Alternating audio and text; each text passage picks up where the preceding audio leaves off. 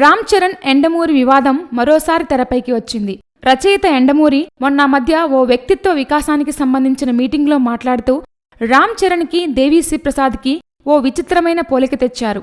చరణ్ దవడ భాగం బావుండదని, సురేఖ అంటే చరణ్ తల్లి ఆ విషయంలో బాధపడేదని, తర్వాత ప్లాస్టిక్ సర్జరీలు చేయించారని, అయితే దేవిశ్రీ ప్రసాద్ తన స్వశక్తితో పైకి వచ్చాడని, ఇక్కడ నీవెవరో ముఖ్యం కాని నీ తండ్రి కాదు అని అర్థం వచ్చేటట్లు ఓ ఉపన్యాసం ఇచ్చారు. ఎండమూరి చేసిన ఈ వ్యాఖ్యలపై మెగా బ్రదర్ నాగబాబు ఖైదీ నెంబర్ 150 ప్రీ రిలీజ్ ఫంక్షన్ వేదికగా కౌంటర్ ఇచ్చారు. ఓ మూర్ఖుడు చరణ్ బాబును తక్కువ చేసి మాట్లాడాడు. వాడు వ్యక్తిత్వ వికాసం నేర్పుతాడు, ముందు వాడు నేర్చుకోవాలి అంటూ ఘాటు విమర్శలు చేశారు నాగబాబు. దీనిపై ఎండమూరి కూడా తన వివరణ ఇచ్చుకున్నారు.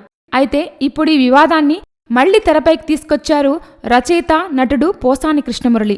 తాజాగా ఓ ఇంటర్వ్యూలో మాట్లాడిన పోసాని రామ్ చరణ్ గురించి అంత చీప్గా మాట్లాడతాడా, అసలు మనిషా అంటూ ఎండమూరిపై విరుచుకుపడ్డాడు. రామ్ చరణ్ క్యాలిబర్ గురించి వాడికి తెలుసా? 100 కోట్ల హీరో రామ్ చరణ్. అలాంటి చరణ్ను పట్టుకొని అంత డిగ్రేడ్ చేసి మాట్లాడతాడా? అసలు చరణ్ గురించి మాట్లాడే హక్కు వాడికి ఎవరిచ్చారు? చరణ్తో పోలిక ఎందుకు తెచ్చారు? వాడి తండ్రినో, వాడి కొడుకునో, వాడి భార్య పేరుతోనో పోల్చుకోవచ్చు కదా. చిరంజీవి, పవన్ కళ్యాణ్, నాగబాబు వీళ్ళంతా సౌమ్యులు కాబట్టి సరిపోయింది.